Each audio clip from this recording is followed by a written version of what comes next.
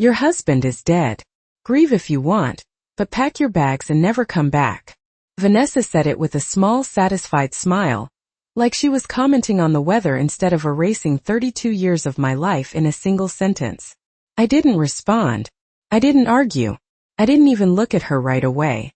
I just set my fork down beside my plate and listened to the faint clink it made against the china, the same china I had picked out with Harold when we first moved into this house, back when everything still felt permanent. The dining room was too bright that evening, the overhead light casting sharp shadows across the table, illuminating every detail I suddenly wished I couldn't see, the untouched breadbasket, the condensation sliding slowly down Daniel's glass, the way my son kept his eyes fixed on his plate as if studying it might make me disappear. 1 week. That's how long it had been since we buried Harold. 1 week since I stood beside his casket, my hand resting on polished wood, trying to understand how a man who filled every room could be reduced to silence. I had thought the hardest part would be learning how to wake up without him. I was wrong. The hardest part was sitting at my own dining table and realizing I no longer belonged there. Vanessa reached for her wine, her bracelets chiming softly as she lifted the glass. We've been talking about this for a while, she continued, her tone light, almost pleasant. This house is too much for you now. It's not practical. Practical. I let the word settle in my mind, turning it over slowly. This house wasn't practical. The place where I raised my son, where every wall held the echo of birthdays and holidays, where Harold and I spent decades building something steady and real, it was now an inconvenience. Daniel cleared his throat, still not looking at me. Mom, it just makes sense, he said quietly. You'll be more comfortable somewhere smaller. Somewhere appropriate. Appropriate. I nodded once, though no one was really watching. My hands rested in my lap, still and composed, as if they belonged to someone else. I noticed small things then, details that hadn't registered before. The way the hallway light had been changed to a brighter bulb. The faint scent of fresh paint near the staircase. The absence of the old family photos that used to line the wall. It was subtle, almost careful, but unmistakable. They had already started removing me long before this dinner. I finally looked at Vanessa. Her smile hadn't changed. If anything, it had deepened slightly, as if she was waiting for something.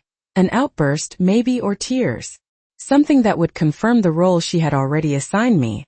But I gave her nothing. I pushed my chair back slowly and stood, smoothing the front of my sweater out of habit. The room went quiet, the kind of quiet that feels rehearsed. 2 weeks, Vanessa added, as if remembering something important. That should be enough time. 2 weeks to dismantle a lifetime. 2 weeks to pack away every memory that had ever made this place feel like home. I nodded again just once, then turned toward the hallway. My steps were steady, measured, each one deliberate. I didn't rush. I didn't hesitate. Halfway up the stairs I paused, my hand resting lightly on the banister Harold had installed himself all those years ago. The wood was worn smooth beneath my fingers. Familiar. Reliable. I allowed myself a small breath, quiet and controlled. They thought I was leaving because I had no choice. They thought I was too old, too tired, too alone to do anything but obey. And for the first time that evening, I let a faint smile touch my lips. Not for them but for myself. Because they hadn't just made a decision. They had made a mistake. I closed the bedroom door behind me with a soft click, the kind that barely made a sound unless you were listening for it. And for a moment I simply stood there, my hand still resting on the brass handle, as if letting go would make everything that had just happened real in a way I was not quite ready to accept. The room still carried Harold's presence in quiet, stubborn ways, his reading glasses folded neatly on the nightstand, the faint scent of his aftershave lingering in the air, the indentation on his side of the bed that had not yet smoothed out. I walked toward the window and pulled the curtain aside just an inch, enough to let in the last stretch of evening light. The yard looked exactly the same as it had the day before, the oak tree casting its long shadow across the lawn, the garden beds we had planted together still lined with early spring blooms. Nothing outside had changed, and yet everything inside had shifted so completely it felt like I was standing in someone else's life. I sat down at the edge of the bed slowly, my knees bending with care, and placed my hands on the quilt I had sewn more than 20 years ago, each stitch a quiet record of time. I traced one of the faded patterns with my fingertip and allowed myself a single breath that felt heavier than the rest, Not a sob, not even close, just a steady exhale that carried the weight of understanding. Downstairs I could hear the low murmur of voices, Vanessa's tone sharper now that she no longer needed to perform, Daniel responding in short, uncertain replies. There was a rhythm to it, familiar in a way that made something tighten in my chest, not because of what they were saying, but because of how long it must have been happening without me noticing. I stood again and walked to the closet, sliding the door open to reveal rows of neatly hung clothes. Harold's suit still pressed and waiting as if he might walk in at any moment and reach for one. I did not touch them, not yet. Instead I reached for the small wooden box on the top shelf, the one he had insisted on keeping within arm's reach even in his final weeks. My fingers curled around it, feeling the worn edges, the subtle weight that suggested importance without ever explaining itself. I brought it down carefully and placed it on the dresser, but I did not open it, not immediately. I simply looked at it, remembering the way Harold had glanced at me one evening, his expression thoughtful, almost deliberate, as if there were things he wanted to say but chose not to, trusting instead that I would understand when the time came. Downstairs a chair scraped loudly against the floor and Vanessa laughed, a light, dismissive sound that carried easily through the house. I straightened slightly, my posture aligning with something steadier, more certain, the kind of composure that does not come from comfort but from clarity. I moved to the dresser and opened the top drawer, pulling out a small notebook where I had kept track of bills, appointments, the quiet logistics of a life that had always been shared. I flipped through the pages slowly, noting the careful handwriting, the dates, the numbers, the evidence of years spent managing more than anyone had ever acknowledged. 2 weeks, she had said, as if time itself could be portioned out and handed over like an instruction. I closed the notebook and set it beside the wooden box, my movements calm, deliberate, unhurried, because rushing would suggest panic, and panic was not what I felt, not anymore. What I felt was something quieter, sharper, like the moment just before a storm breaks when the air shifts and everything becomes still. I walked back to the door and turned off the light, leaving the room in soft shadow. Then I stepped into the hallway, pausing just long enough to glance at the empty spaces where our photographs used to hang. They had been careful, removing them piece by piece so the absence would not be obvious all at once, but I saw it now, every missing frame, every gap, every attempt to rewrite what had been built here. I rested my hand briefly against the wall, then let it fall to my side, because walls can be repainted, pictures can be taken down, but ownership, real ownership, is not so easily erased. And as I made my way toward the stairs again, my steps as steady as before, I realized something that settled into place with quiet certainty. They believed they were preparing this house for their future, but they had overlooked one simple truth. This house had already been prepared, just not for them. I reached the bottom of the stairs just as their voices faded into a quieter, more careful tone, the kind people use when they think a door or a wall might still be listening, and I paused for a moment in the shadow of the hallway, not to eavesdrop in any dramatic sense, but because there was no longer any need to pretend I did not understand what was unfolding inside my own home. The living room lamp had been turned on, casting a warm glow over furniture that suddenly felt staged rather than lived in. Vanessa sat on the edge of the sofa scrolling through her phone with a focused expression, while Daniel stood near the fireplace, his shoulders slightly hunched as if even he was not entirely comfortable in the role he had accepted. I stepped forward then, making no effort to hide my presence, and they both looked up at the same time, Vanessa's smile returning instantly, polished and effortless, Daniel's expression slower, heavier. "We were just talking about getting things organized," she said, her voice light, almost helpful. "It will make everything easier for you." I nodded once, taking in the way she emphasized the word you as if I were already separate from everything else in the room. I moved past them without responding and walked toward the sideboard where we kept the house documents. The drawer slid open smoothly beneath my hand, and for a brief second I noticed something that did not belong, folders rearranged, labels slightly different, the kind of small change that might go unnoticed by anyone who had not opened that drawer 100 times before.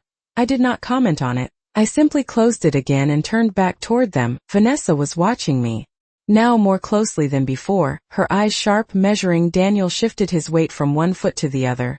"Mom, we can help you pack this weekend," he offered, his voice careful, rehearsed. I met his eyes then, really met them, and for a moment I saw something flicker there, something uncertain, something that had not yet fully hardened into indifference, but it passed quickly, replaced by the same distant politeness he had worn at the table.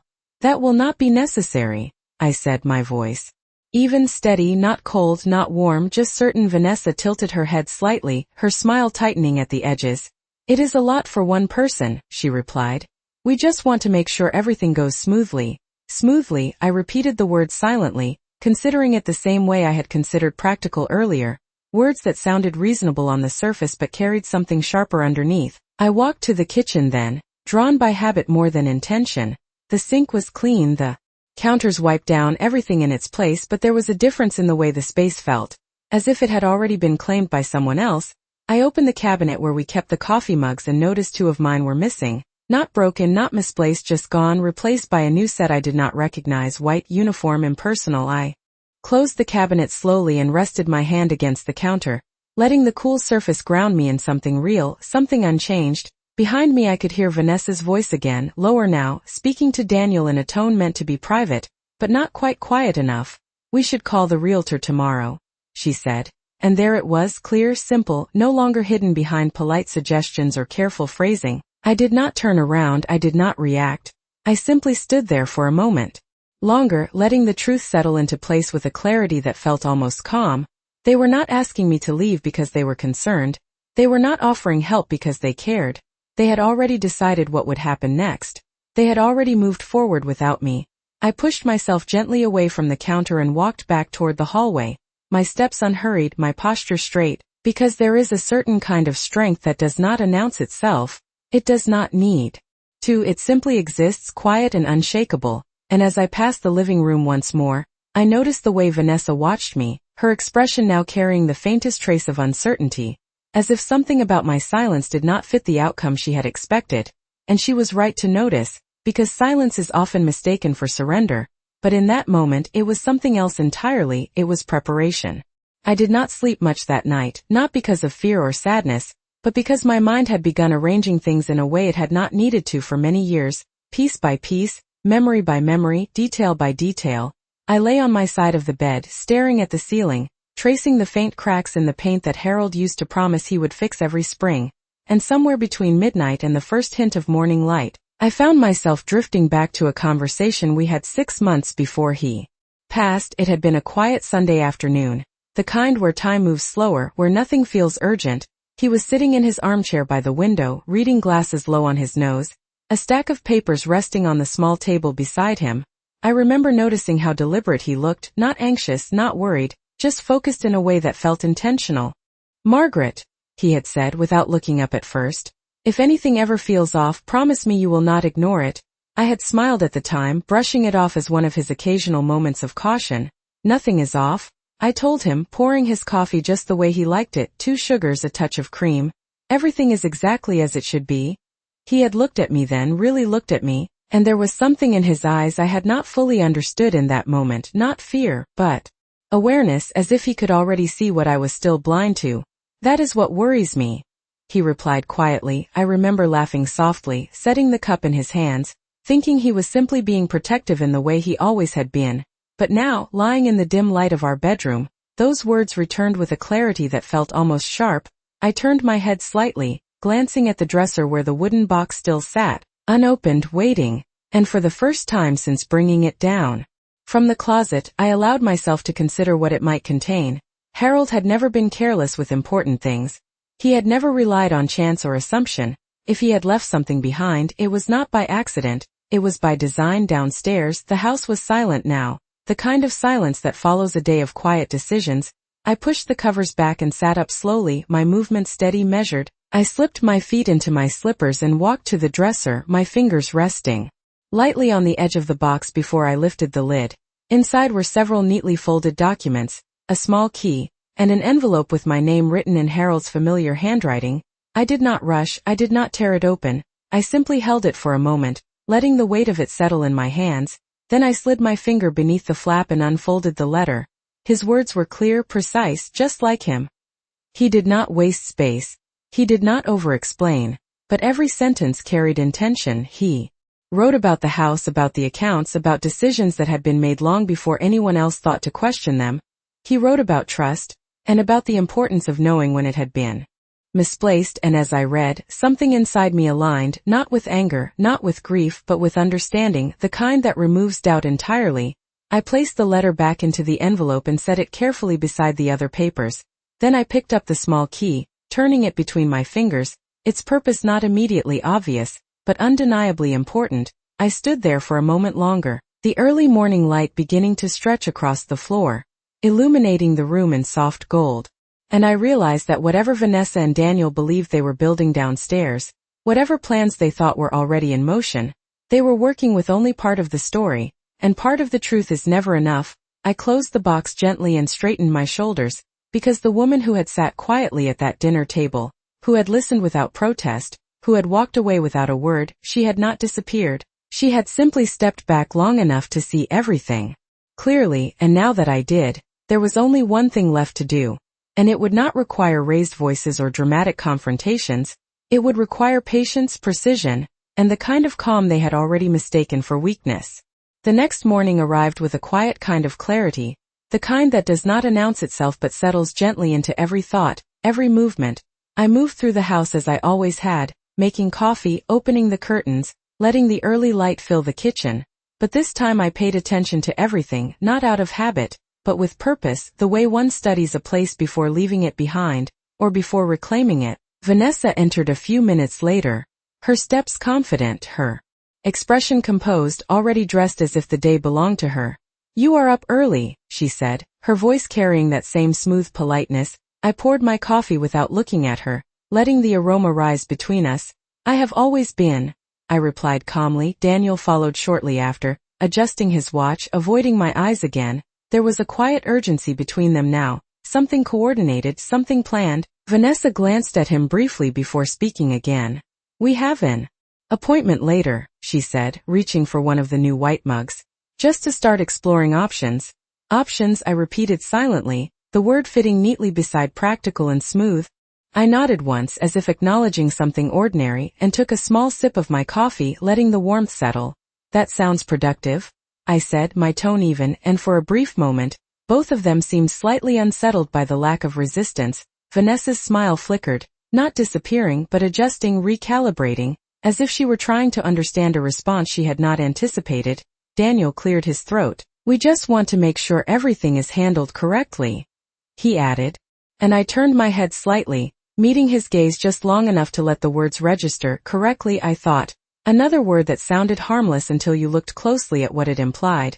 I set my cup down gently and walked toward the hallway, not in retreat, but with intention, because there were things I needed to confirm, not assumptions, not suspicions, but facts. I entered the study, a room that had once belonged equally to Harold and me, though lately it had felt untouched, preserved in a way that suggested no one else had quite claimed it yet. I closed the door behind me and moved to the desk, opening the drawer where we kept older documents, records that were no longer part of daily life but still carried weight. Inside, everything appeared in order at first glance, but I noticed the subtle signs again. Papers slightly shifted, folders not aligned the way I remembered, small changes that pointed to someone searching, not carefully, but confidently, as if they believed they had the right to do so. I pulled out a folder labeled in Harold's handwriting and opened it slowly, scanning the contents, dates, signatures, confirmations, each page reinforcing what I had read in his letter. Nothing dramatic, nothing loud, just a steady accumulation of truth. I closed the folder and placed it back exactly where it belonged, then reached into my pocket and wrapped my fingers around the small key, its edges pressing lightly against my palm. A quiet reminder that not everything had been revealed yet. Outside the study, I could hear Vanessa moving through the house, opening cabinets, shifting things, her presence no longer tentative but assured, as if ownership had already transferred in her mind. I stood there for a moment, letting the sounds wash over me, not with resentment, but with understanding, because there is a difference between believing something belongs to you and actually having the right to claim it. I opened the study door and stepped back into the hallway, my posture straight, my expression calm, and as I passed the living room, I noticed a stack of papers laid out on the coffee table, real estate listings printed neatly, highlighted in places. I did not stop to examine them closely. I did not need to, because their intention was already clear. Instead, I continued walking, my steps steady, measured, because every move they made only confirmed what I already knew. They were acting with confidence built on incomplete information, and incomplete information, no matter how convincing it appears, has a way of unraveling at exactly the moment it matters most.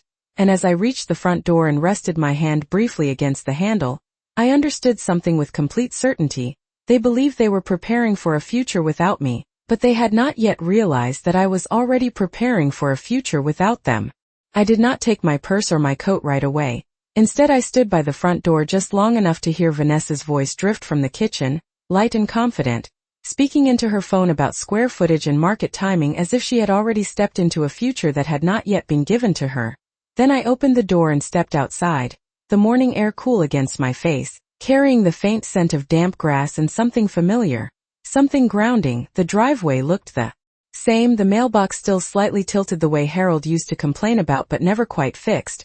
I walked to my car slowly, not because I needed time, but because I understood the value of moving without urgency, of letting each step reflect intention rather than reaction. Once inside, I placed the small wooden box on the passenger seat beside me, my hand resting on it briefly before I started the engine. The drive into town was quiet, the kind of quiet that allows thoughts to settle into clear lines. I did not replay the dinner, I did not revisit their words, there was no need. Everything that mattered had already been said. Instead, I focused on what came next, on the address I had not visited in years but still remembered without effort. The office building stood exactly where it always had. Modest, unremarkable from the outside, but solid in a way that did not require attention. I parked and stepped out, smoothing the front of my sweater as I approached the entrance. Inside, the air smelled faintly of paper and polished wood. The receptionist looked up and offered a polite smile. "Good morning," she said. "How can I help you?" I returned the smile, calm, composed. "I am here to see Mr. Whitaker," I said, my voice steady. "He is expecting me." She checked her screen briefly, then nodded. "Of course, Mrs. Hale, he will be right with you." The familiarity of my name in that space felt different, not comforting but confirming. I took a seat and placed the wooden box on my lap, my fingers resting lightly on the lid. A few minutes later, a door opened and a man stepped out, older now, his hair more gray than I remembered, but his posture still straight, his expression still precise. "Margaret," he said, with a slight nod. "It has been a long time." I stood and returned the nod. "It has," I replied, following him into his office. The room was unchanged, shelves lined with files, a large desk positioned neatly beneath a window that let in just enough light to soften the edges of everything. He gestured for me to sit, then closed the door behind us. "I was sorry to hear about Harold," he said, his tone respectful, measured. I inclined my head slightly, accepting the words without dwelling in them. "Thank you," I said, then placed the wooden box on his desk and opened it carefully, revealing the documents, the envelope, the small key. His eyes moved over the contents with immediate recognition, not surprise, not confusion, but understanding. "I see," he said quietly, reaching for the letter and unfolding it with deliberate care. He read in silence, his expression unchanged, but there was a shift in the air, subtle but unmistakable, the kind that comes when something expected finally arrives. When he finished, he looked up at me, his gaze steady. "He wanted to be certain," he said, not as an explanation but as a confirmation. I met his eyes, my own calm, unwavering. "And he was," I replied. He nodded once, then reached for one of the documents beneath the letter, sliding it toward me slightly. "There are steps we will need to take," he said, his voice even professional. "But everything is in place." Everything is in place, the words settled with quiet finality, not dramatic, not overwhelming, just clear. I folded my hands in my lap, my posture relaxed but certain, because for the first time since that dinner, since the moment Vanessa's voice cut through the illusion of family, there was no question left, no uncertainty to navigate, only action, precise and measured. And as Mr. Whitaker began outlining what would happen next, I listened carefully, not as someone reacting to a crisis, but as someone stepping into a position that had always been mine, whether anyone else had recognized it or not. When I stepped out of Mr. Whitaker's office, the world outside felt exactly the same as it had an hour before. Cars passing by, people walking with quiet purpose, the steady rhythm of a day that did not pause for anyone, and yet something inside me had shifted with a clarity that made everything feel sharper, more defined. I did not rush to my car. I walked at the same measured pace, holding my posture steady, because there is a certain kind of confidence that does not need to be displayed, it simply exists. I placed the wooden box back on the passenger seat and sat for a moment before starting the engine, letting the silence settle around me, not empty, not heavy, just calm. The drive back felt shorter. Not because the distance had changed, but because there was no longer any uncertainty filling the space between where I was and where I was going. When I pulled into the driveway, I noticed something immediately. Another car parked near the curb, unfamiliar, its presence out of place. But not unexpected. I stepped out and closed my door quietly. The front windows of the house were open now, voices carrying out into the afternoon air. Vanessa's tone animated, confident, layered with a kind of enthusiasm that only comes when someone believes they are close to securing something they have already claimed in their mind. I walked up the path and opened the front door without hesitation, stepping inside as if nothing had changed, because in truth nothing had, not in the way that mattered. The living room was no longer just a space. It had become a stage, papers spread neatly across the coffee table, folders arranged in deliberate stacks, a man in a tailored jacket standing beside Vanessa, holding a clipboard, his expression professional, polite, Daniel standing slightly behind them, his posture uncertain but present. "Mrs. Hale," the man said as he noticed me, offering a courteous nod. "I am with Lakeside Realty. We were just discussing some preliminary steps." Preliminary, I thought, another word chosen carefully, designed to sound harmless while carrying weight. Vanessa turned toward me, her smile immediate, controlled.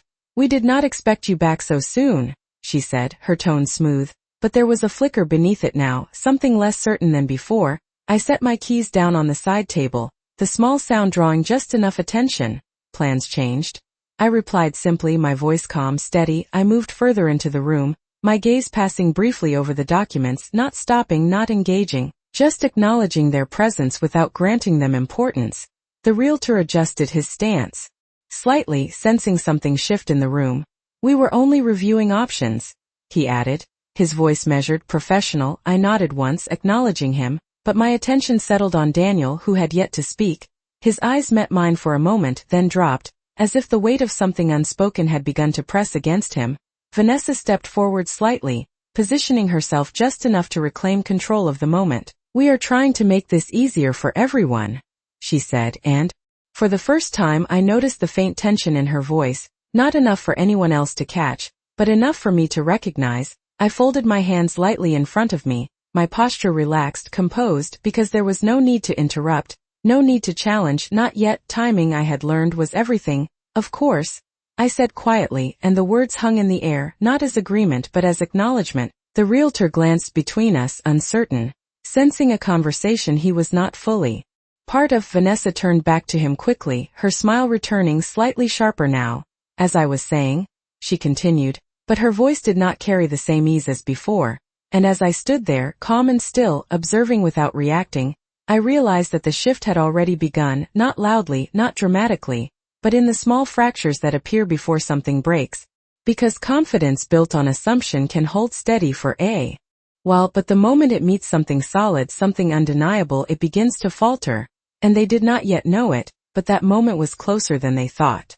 I let the silence stretch just long enough for it to become noticeable, not uncomfortable, not yet, but present in a way that made every small movement in the room feel amplified.